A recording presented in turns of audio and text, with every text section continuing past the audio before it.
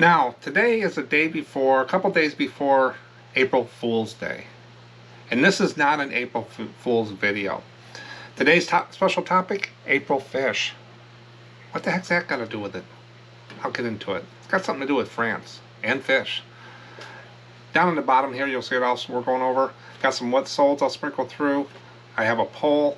And I got a bunch of viewer comments at the end of the video, so stick around. But let's go ahead and get right into what's going on here.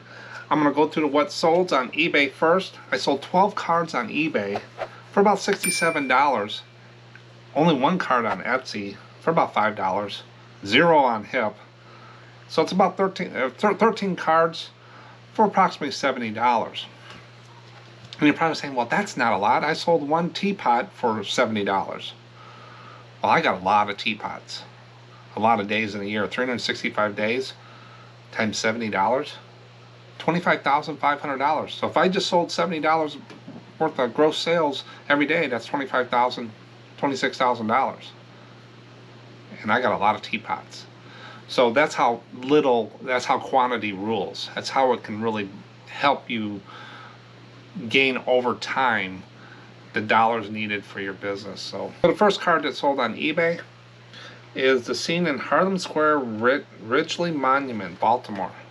That's what it is right there. It's a divided back card, and there's the monument right there. Not a bad looking card, still pretty stiff for the time. It was postmarked 1913 on there, but that's Harlem Square in Baltimore, Maryland, and that's sold between $4 and $5. Next one is just a ship print. This is McDermott DD 262. It's that lighter cardstock stuff. That'll go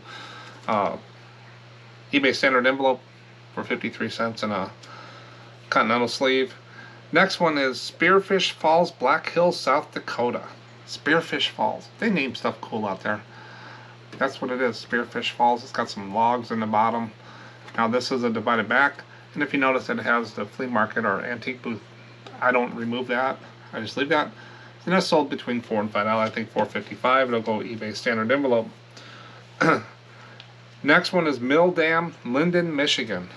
Dams seem to do okay. They're not top dollar, but this is kind of a unique picture a little bit. It's got the little tab at the bottom with the name on there. That's the spillway from the dam. Divided back, posted, 1915, I think. Sold between $4 and $5. Now this next card is from that collection I've been doing every Saturday for the 8 videos. This is directing the range for mortars. Now when you see this card, you're going to say, wow, that's really neat. That should go pretty good. There was a ton of these out there. It's directing the range for the mortars at Fort Wright, Fisher's Island, New York. And it's got guys around the table. I thought I really had something here, but there is just a ton of them out there. It's sold for $5.55. Probably the reason I sold it is because I probably have a good following with the Navy ships and stuff in there. So the next one was an order for 3 cards, actually from that collection from New York. The first one is, nope, this is just 1 card from that collection, excuse me. The next one is the 3 cards. I'm getting ahead of myself here. But this card sold for $10.55. It's Hotel Mount Beacon, Mantawan, New York. I think I said that name right there. But that card sold for basically $11, $10.55 in there. So if you see Mount Beacon, hotel on Mount Beacon, I think it's called Beacon Crest Hotel. It's a divided back card. That's an $11 card. And I got full price for that card. Now, this is the 3 cards that they bought from the collection, and they paid $15 total for these cards. These are ship cards, the Navy ship cards, and I have a lot of Navy ships, as you know, so I know the boats. I pretty well know what they go for.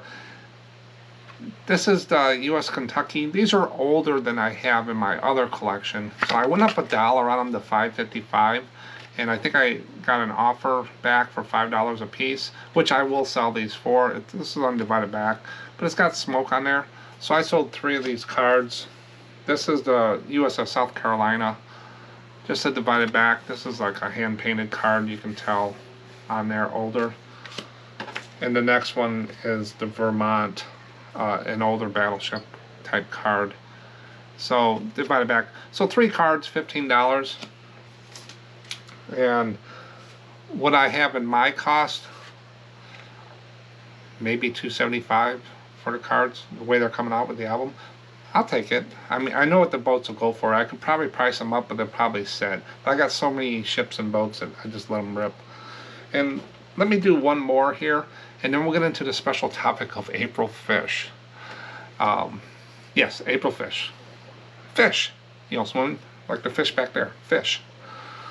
The Broadmoor Hotel. This is a linen card with a sky down there. And Colorado Springs. Sold for $4.55. I just dropped Broadmoor Hotel on there. That's an unposted card. So April fish, April Fools, it all kind of goes together. And I'll try to tell a story here of the highlights of April fish, but you might want to go out and do some research on it if you're interested in these cards. And we'll go through the pricing of them as well. But what am I talking about April fish postcards? April fish is a name applied to the victim of a practical joke on April Fool's Day, All Fool's Day, in France. In France. Many postcards were produced to celebrate this day, and you're talking many. And those from France always contain an image of a fish within the composition, the picture. So they always have a fish. I remember seeing these cards when I first got into postcards and stuff, and I thought, why is this lady holding the fish? So I'm going to show some pictures here while on here of different postcards that I found pictures of them, and you'll get a good understanding what to look for. April fish is the French equivalent of April Fool. Like a fish, the victim of a practical joke is easily caught. Many attempts to explain this custom link to the change in the Georgian calendar to the signs of the zodiac, but nothing's been really confirmed. There is an article out there about King George didn't like the way people celebrated New Year. They wanted to move it middle year and stuff. So there's all these different things, but I didn't go in that deep. I just kind of stuck with postcards. The connection of fish to April Fool's Day in France dates back to at least as far as the Middle Ages, but they say little else is known. The first day in April in many countries is to play harmless jokes, April Fool's Day. You know, someone don't know really it's a joke, and then they get it, and then they're the fool. If a person falls for that joke, they are the April Fool. In France, they say, I'm not even going to try to speak French, but I'll put it on the screen at the bottom here with the Poisien de Vaux. I can't pronounce half the English names here in the States. But in France, they say that term translates to April Fish Day or the fish of April. Whatever one the translation is. One favorite joke during April Fish Day is to tape a paper fish to someone's back. And the person walks around with that tape to their back. But back in the old days, in the Middle Ages, when they had the big clothes and stuff like that, they used to put a small, a real fish on the people's back, and they didn't know it. And throughout the day, people would start smelling something, and then they would find that fish on their back. So they were the April Fool for that practical joke. You can read more about the French New Year's and the history of April fish, out on the internet and stuff like that. But like I said, I'll stick with postcards. It was interesting to read the articles, but I just grabbed the highlights. And I hope you enjoyed the pictures of some of the women and people holding fish. But those are the cards you want to look for. But now let's go through the pricing. Everybody, we're resellers. We want to get to the meat of this. We want to find out what these things sell for. So this is the sold high, and then I'll do the sold low, the list high, list low. And it should give you a good feel about what these cards will go for. And there might be some out there that go for more. But remember, with any foreign cards, if you don't know the language, you have to translate it. And I use Google Translate to do a lot of my translations. But I don't do many foreign cards, and that's probably one reason why, is it takes longer. It takes me about 4 or 5 times longer to list one card than it does States card, language I know. Nothing against them, it's just I don't know the language. But there are some cards that you want to list, foreign cards, pre-war and stuff like that. So if you see those. But look here, the first one is an April Fool's Day French Vintage RPPC, Little Girls with Fish, Colorized Ephemera. I would probably clean that title up a little bit, but $9.50 took a best offer, $3 shipping. So let's say they got $10 for that card. And she's holding a fish. The next one is RP Real Photo, maybe. I'm not sure what RP means. April Fool's Day, 00, and a lot of cryptic stuff in there. People that don't know postcards probably wouldn't know what that is. Women's and 2 fish. So that's just a $6.77, $3.50 card. So another $10 for that card. But I would look at that title on there. When you talk postcards with people and stuff like that that are not delphiologists and don't understand the terms, you want to be careful to keep it in layman terms. Next one is 1911 French April Fool's Day postcard. Girl with basket of fish, hand-colored photo, $7 free shipping. So they're going between, the high ones are $7 to $10. And that last one looks like a pretty neat card. They all look good, really good cards. Neat cards, but there's just a lot of them. But let's look at the lows.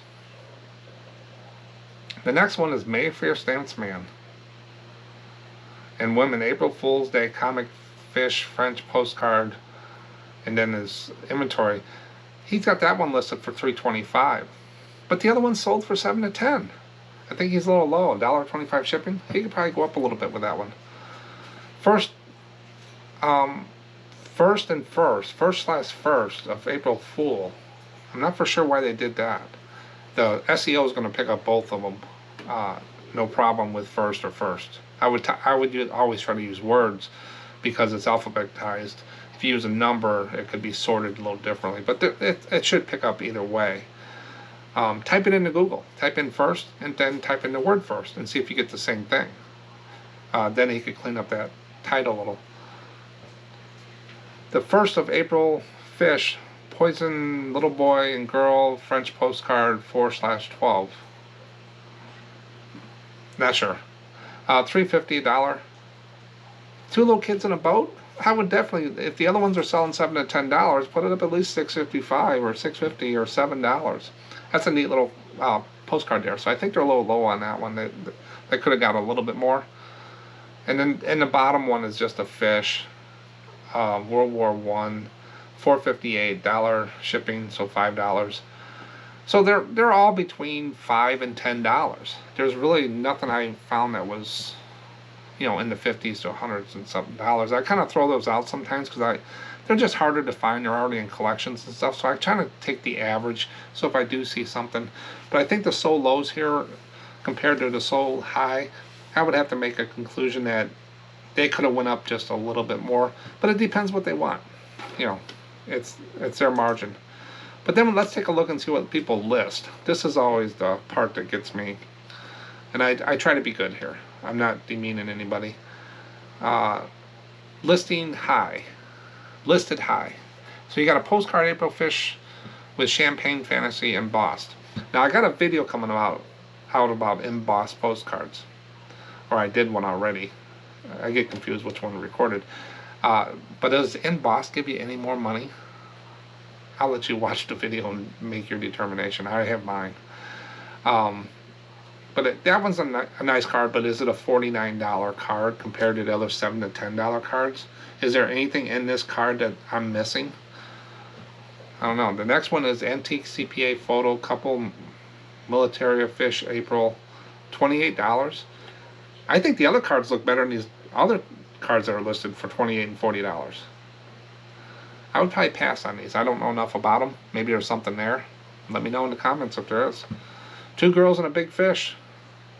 RPPC April Fool's, $29. I can find a lot of girls with fish.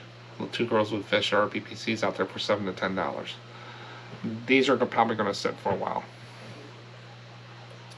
The next one is what's low. These are, I think, are priced good. They probably get a few extra dollars, but I probably want them to move. So they're not bad. They're in the ballpark. They're getting their margin. They could probably get a few extra dollars out of them. They might sit for a while because there's just a lot of these cards out there. The first one is just a girl with a fish. Second one, another one, with a fish. And the bottom one has some coloring to it, animated, whatever. But none of it, they got free shipping. They're putting best offer on things.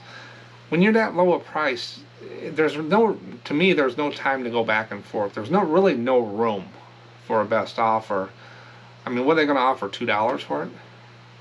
You're already telling them that you're not going to take the $5.69 or the $4.37 for it. So if it's not above a higher pricing, or if I want to test the market, is about the only time I use best offer. Number one, I don't want to go back and forth with people. I'm not in that business. I do that at the flea market because that's what they do. This is the price I need, and if it doesn't move, I'll take a look at it later on. But for $3 cards best offer, $2 card best offer, there's just no room for it to me, I don't think. But that's my opinion. But I think there's room to go up a little bit on the listed low. But I think these will sell better than the $49 one there. But that's my thoughts on that. But April fish cards, you want to look for those. So if you're going through a box and you see a girl with a fish, now you know. It'll get you $5 to $10. So if they got them in there for $1, 50 cents, grab it. But remember, foreign cards take a little longer to list, and they do sit longer. That's my experience. Depends what they are. It's all about the subject. April fish. Who knew? Now the next one is one of the covers, the naval covers, the first aid covers. And remember what these are. Each ship has a stamp, and this is the USS Delta 1964. Now there's something in this one. There's like a piece of cardboard, but I can't get it out because where the glue is on the envelope is stuck to it. But some of these have some harder cardboard or something in there to keep them straight. I think a folder was cut. But that's one of those covers. Now that won't fit in this envelope real well. It kind of gets right to the edge of it. It would fit, but it's pushing with the sleeve. So what I do is I have these eBay smaller envelopes that I get from them, and it just slides right in there, and these are kind of stiffer. And they go through eBay standard envelope just fine. So I put them in there, and I paid an extra ounce or whatever to get that there. And these don't ship with eBay standard envelope, they ship with a stamp and a label. But I've gotten good feedback for doing it that way. I think the other way would be fine too, but it's just too close, and to get it in and out, it could damage it. And the last one that's sold on eBay, like I always say, signs. It's a motel, it's got a sign, and there's somebody sitting outside the office. $4.55 card. I probably paid less than 10 cents for this Chrome card. It's Flamingo Hotel in Ocala, Florida. I don't think it was up there that long. And let me go ahead and do the last card that sold. I had one on Etsy, and this is a ship. I do put some of the ships on Etsy, but I don't put a bunch. I'm just still testing to see how they sell, and they've been doing okay. So I might be putting some more ships up there. I got a big old stack of them right here. I'm ready to go with Etsy once I get done with this collection. But this is the USS Essex LHD-2. It's a landing craft, I think, for helicopters. Amphibious operations. So that's right there. That's sold for $4.65. I do go up a little, another 10 cents on Etsy because of their fees, and just the volume's not there as much on eBay. But that's it. 13 cards, about $70 in sales for that day. So now let's get into the poll. And remember, I send these out every Saturday morning. They're already pre-scheduled about 9 a.m. And if you select an answer on them or participate, I don't know who you are unless you leave a comment. So it's anonymous. But they've been pretty good. A lot of participation, and I appreciate that. It gives everybody something to look at, that make sure, if we're doing it what everybody else is doing, or is it something else. But this one is, I had 41 votes, 41 participants. Do you store your postcards that are listed by state and city? So basically, how do you store your postcards after you list them? Do you do it by state and city? And I'm answering that question because there's two things you don't want to ask a reseller. One is shipping. I don't get into too many conversations too much about shipping because everybody has their own way of doing it. And the next one is, how do they store their inventory? Everybody's got the better mousetrap. I always tell people, just do it the way that makes you feel good and you can efficient. Whatever works for you. There's no right or wrong way. What works for me might not work for someone else. Just like listing postcards, some people sort ahead of time, some people don't. Some people don't use the scanner; they use a camera. I'm not here to defend any of that. Whatever works for you and can get you where you need to go is what it is. So this question, I just wanted to find out how many did the state and city. Now, one of the reasons I asked this is, one of my things I say all the time is, if you do it by state and city. Now, what if you have Boulder Dam? It's in Arizona, it's in Nevada, it's Boulder Dam, it's dam. So did you put it under Arizona? Did you put it under Nevada? Did you put it for D for dam? Did you put it for B for Boulder? It's also the Hoover Dam. Did you put it for H? So you got like 4 or 5 places to look for this thing.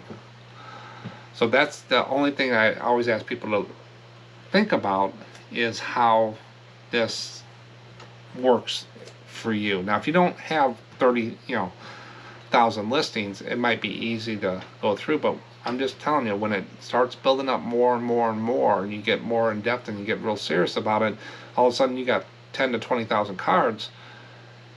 It can get out of hand, and it can take you a while to find cards, and then you have to cancel some. So just be careful on your inventory when you start, and think down the road where you're going to be, because to redo your inventory, which you will do, most people will do, is tough. It's a grind, and you can make mistakes. So figure out what you're going to do, stick with it, and if you find something better, just don't jump around. All of a sudden you got 3 or 4 inventory methods going on. Then you can get yourself in trouble. You don't want to spend your time looking for cards. Been there, done that. I did it 3 times before I got to what I like. But do you store your postcards that are listed by state or city? 5% said yes out of 41 people, and 80% said no. So right there tells me that I'm not doing it that way. 80% of the people aren't doing it that way. 5% are. But maybe they started that way, didn't want to change. And then 15% were other. They had different ways of doing things. And you want to look at the comments in these polls as well and ask questions to the people. But I thought it was pretty cool that 80% said no. So I'm feeling good about that. Comfortable that people are thinking about their inventory. The 5% said yes. They probably got another method or something. It's what they like. So, but you'll see these out every Saturday morning. Check them out, participate, and see what comes out of it. It's pretty interesting sometimes what you think is really what people are doing, or your numbers, and what's really happening. But since we got all that out of the way and the what solds, I'm going to jump right into the viewer comments. Every video at the end, I pick about 2 or 3 comments out. This is from Bill, and Bill's Business, I think it says. Bill, I haven't had much luck with Disney postcards yet, although I'm fairly new to this business. 5 months. 5 months is not new. There's really no time limit. The day you start is when you're in postcards. So don't ever feel that. Everybody has so much to learn reselling, not just postcards, but hard goods, clothes, whatever. There's always something else. There's always something out there you don't know, and it's just difficult to know everything. But it hasn't had any luck selling Disney postcards. It depends on the price, depends on the subject. If they're the bigger Continentals, it might take a little longer. But Disney does sell. But you got to price it right. Go out there and do the comps and stuff. Go out there and do your research on them and make sure you got them. I usually put Disney cards, the older, regular Main Street and stuff like that, around $6 to $6.50, free shipping. So check your prices on that. But they do sell. Now, if you get some of the other ones that they actually don't do anymore. Some of the bands, I think there's a Hunter's Adventure Island with the natives and stuff, and there's also one of a porcupine. Grand Canyon Disney porcupine is one of the higher priced ones out there. So go out there and educate. Just look at this. Type in Disney postcards in eBay, click sold and completed, and go out there and just see what's sold and see where you land. You should push it on there. But it does take some time for things to sell. Thanks for the question, Bill. The next one is from Rick. And Rick always leaves me good comments and questions and stuff. While I'm always interested in what you have to say about postcards, well, I appreciate that. I'm glad.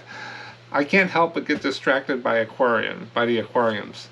So I have fish back there, and that's not a green screen. Those are actually fish aquariums.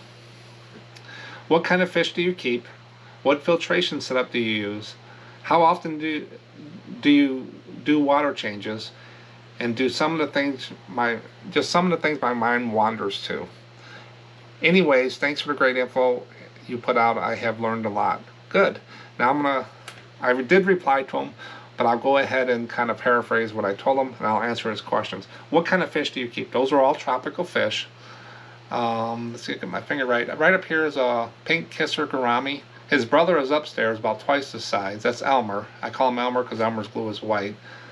Then I got some tiger barbs and that tank there.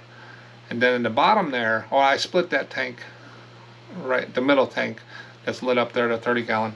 I had to split it in half because Mommy and Daddy had babies in the bottom tank. I got about 30 firemouth cichlids in there, and I'll probably end up bringing those to the fish store when it warms up, because that's too many for one tank. But right now they're about the size of your thumbnail.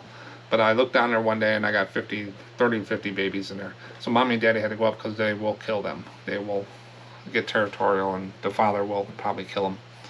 So I had to move them out and split that tank up. But on the other side there's 3 55-gallon tanks. The top one has about 6-7 silver dollars and some miscellaneous fish. The middle one is full of Mabuna cichlids. They're from a lake in Africa. They're Mabuna, colorful cichlids, and they're rock dwellers fish. And then in the bottom is a cold water tank. I have a little pond out my side door.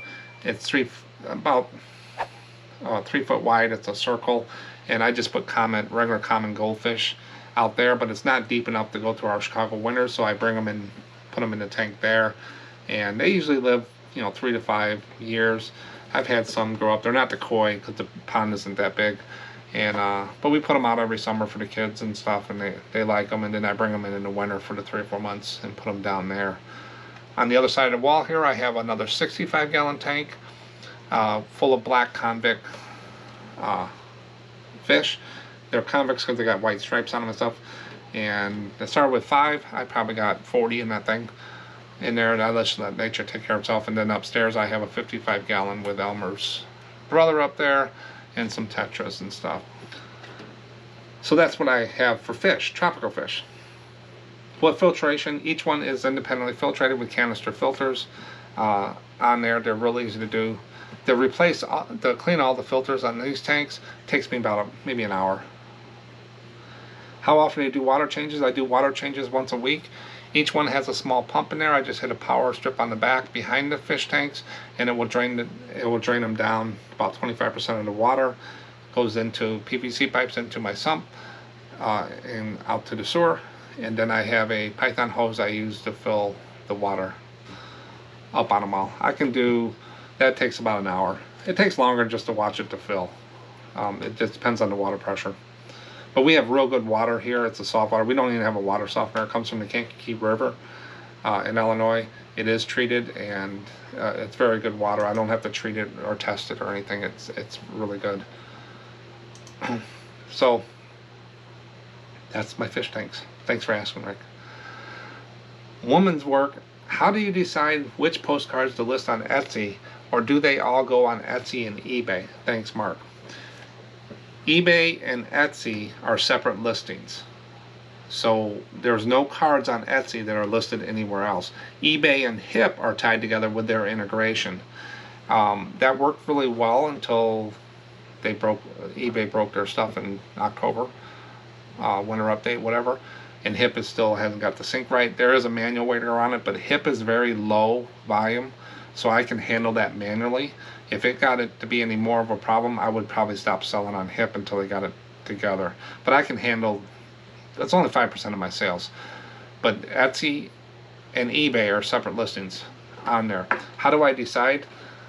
I just scan cards, put them in packs, and when I decide to list cards on Etsy, it's the next one in the stack. There's no reason to discriminate between Etsy or eBay on what cards will sell. Now, eBay, you're going to get a lot more eyes on it than you will Etsy. But also, you want to put good cards in Etsy too, so people will come to your store and find those. They will pay a little bit more up on Etsy. It is slower, but you don't get a lot of the problems. And I've never really had a problem on Etsy. But I don't, they're totally separate, and I don't pick and really choose what goes on there. One of the reasons that I do sell on Etsy and eBay, and I keep them separate, is if I have two cards of the same, I'll put one on eBay, then I'll just go over and put it on Etsy, copy the title. So I have one, I put one on eBay, put one on Etsy. I was doing that this morning. I had a whole bunch of some hotel. I put two on eBay, one on Etsy. Next time I put two on Etsy, one on eBay. So you can spread it out a little bit on there. That's what I do. But speaking of hotels, have you ever seen those postcards that have like copper windows on the postcard and they kind of shine? Those are called copper window postcards. I've had some questions about those, but how they did that actually was dangerous. And I explained how to spot copper window postcards in this video here. So take a look at it. That's all I got for you today, and I'll catch you on the next one. Thanks for watching.